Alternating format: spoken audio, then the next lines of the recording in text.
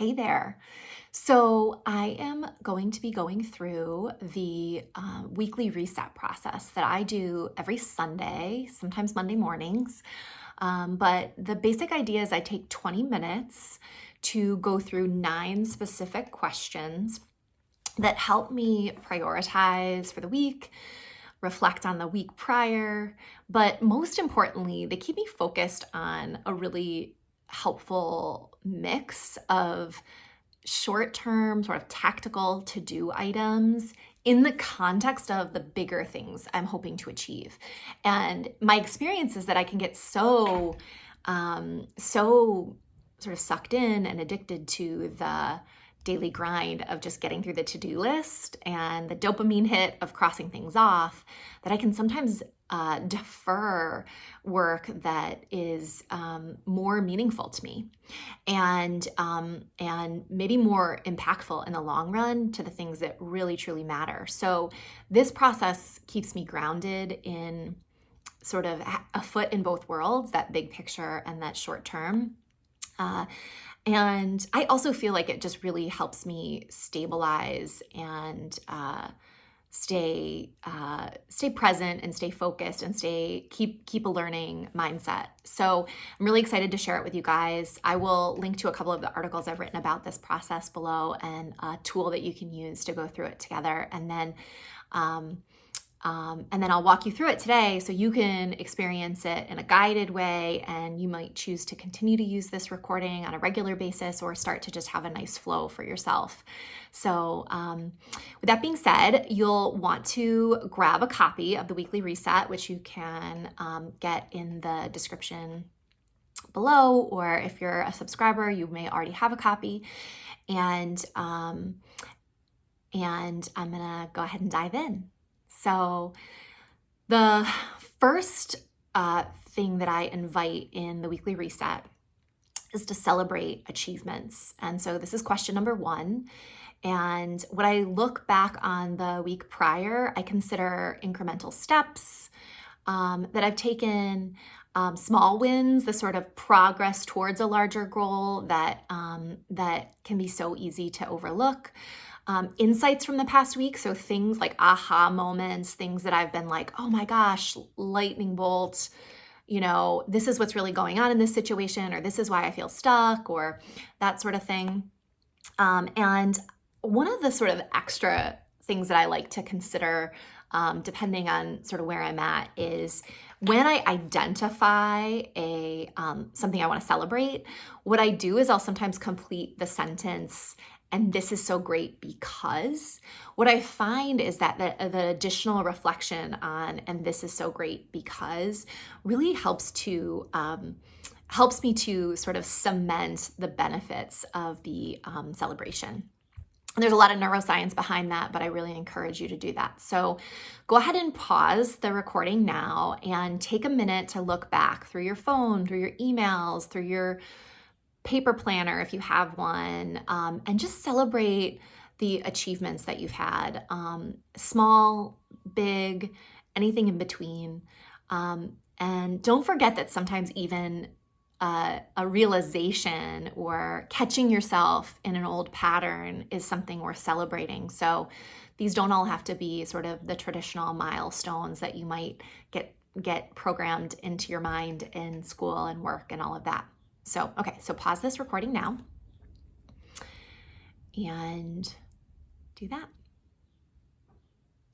Okay, so step number 2 is pending. And here, what I like to acknowledge is something I wanted to do but didn't.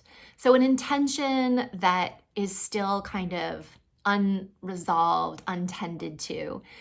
And here, it can become a laundry list, a chance to make a laundry list of our inadequacies, or all the things that we didn't do. So I'm not necessarily encouraging you to do that here. I don't find that's particularly helpful. What instead, it's to notice if there is either a single item that looms kind of large, or maybe a couple of small items. And the reason to do it not to sort of scare yourself or urge yourself into completion. It's actually to explore the why. So why didn't I get to it? What held me back? What might have been in my control that held me back? What might have been out of my control that held me back? Sometimes what I notice is that what held me back was that I really had other things that I needed to attend to. And so it's perfectly reasonable that I didn't do this thing, and that maybe the unreasonable thing was the expectation that it would fit into a week that already was very full with other commitments and other agreements I'd made. So it sometimes what I notice is that the reason I didn't do it is I'm really afraid to do it, or I find it really uncomfortable, or it's really unpleasant, or it's something that somebody else thinks I should do rather than something that I'm really longing to do. So the point is that it's identifying one, maybe two, maybe three things, and then really looking into the why and exploring the why is the more, I think, fruitful activity than compiling a complete list of everything that didn't get done. Sometimes I even notice things in this pending category that it's like, oh, I'm going to talk to my coach about this because I feel like there's something holding me back that I can feel it, but I don't necessarily have words for it yet. So the point is that it's really that exploration that we're after here. So pause the video now and write down your notes about pending. Okay, great. So welcome back. So the third question is reflect. So what is one thing that could have made the week better? And, my answers to this have evolved a lot over time. I would say to start with, just give whatever answer comes to mind. Like maybe what would have made the week better is a date night, or better sleep, or more fitness, or getting the project done that didn't get done, So maybe there's just some sort of really immediate, tangible answers that come to mind. Sometimes what I notice is a little bit more kind of tying back into that pending question. Maybe there's like a habit or a pattern that I have, more of an internal pattern that I wish had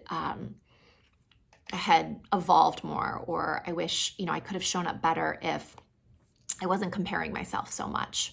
Or I could have, one thing, the week would have gone better if I felt more confident in this particular type of situation. So I would say this is one of those where see what serves you the most. So go ahead and pause it now and write down, reflect, what is one thing that could have made the week better? Okay, welcome back. So the next question is insight. So usually at this point, as I start to see where in celebrate what momentum is happening, and then in pending and reflect what sort of patterns, internal patterns and internal roadblocks I'm creating for myself, I think about what's an insight about a challenge I'm facing. So this is like I said, it may be something that kind of flows naturally from the first three questions, or it might be something that you just kind of pause for a minute, take a couple deep breaths, get present, and just drop it in as an inquiry. What's a challenge I'm currently facing? And I gave the example earlier about comparing, it's like, oh, interesting. Maybe my habits for comparing mean that I'm not doing one of these pending activities because of this comparison concern. And I wish I could show up better without that comparing mind. So a challenge I'm currently facing is, the human tendency to compare, and the suffering that's created from that comparison, particularly when we're believing it, So that's the kind of thing that might come out. Also, sometimes the challenge that we're facing is, oh, here's a relationship where I'm facing a challenge, a place where I'm withholding a lot of information, or I feel like I can't be myself. So it doesn't always have to be a totally internal experience. Maybe a challenge you're facing is, something at home, something related to parenting, or maybe it's at work, or maybe it's interpersonal in some other way. It could be like a challenge I'm facing is like a fear of technology tools or something like that. So think broadly. What's an insight related to a challenge you're currently facing? And again, just pick one. We're all facing many challenges at any given time, but what feels like the most important one you want to acknowledge right now? So go ahead and pause, do that. Okay, and next up is curiosity. So here's where we sort of reflect and consider with a curious mind, what am I supposed to learn from this challenge that I'm facing? I think this is so fun. Einstein famously said, what if instead of the world being sort of a neutral or random experience, it's actually really designed for our own benefit. This was the sort of thing he was contemplating towards the end of his life as he was had done all this incredible work in the realm of quantum physics. And I'm always so inspired by that a scientist who'd taken sort of scientific exploration in such a far way was actually concluding that the world was not so random or chaotic or neutral or negative, but actually a force for good. So this is a chance to say, if this challenge I'm facing is in some way for me, is in some way positive, how is that? How is it calling me to grow? How is it calling me to expand? What am I supposed to learn about myself or about life or the world by working with this challenge? So just consider that with a curious mind, a wonder mind, and go ahead and write that down. Pause the video. Okay, fabulous. You're doing great. So the next one is recall any unmade decisions. And the reason this is so important is that I find unmade decisions are one of the single greatest energy drains in my life and in the life of my clients. So what you want to really just consider is, where are unmade pending decisions really showing up in your life? And my stress level, my overwhelm, my feeling of, I can barely take any more of this is often directly related to the number of unmade decisions I have. So just check that out. Is it unmade decisions about vacation plans or childcare issues, or is it unmade decisions about what kind of technology you're going to use for something, or is it unmade decisions about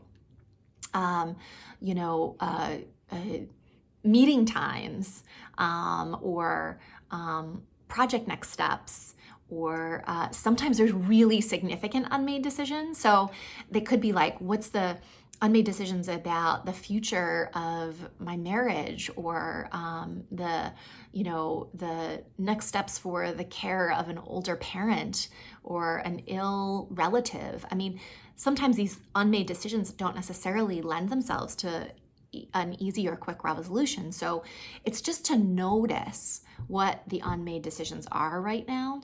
And it's not a demand that you're necessarily going to resolve them. So pause the video now and recall any unmade decisions you have on your plate. Okay, you're doing great. So the next one is plan. And this is where I identify my top 3 priority tasks for the week ahead. And typically my top 3 priority tasks are a mix of things.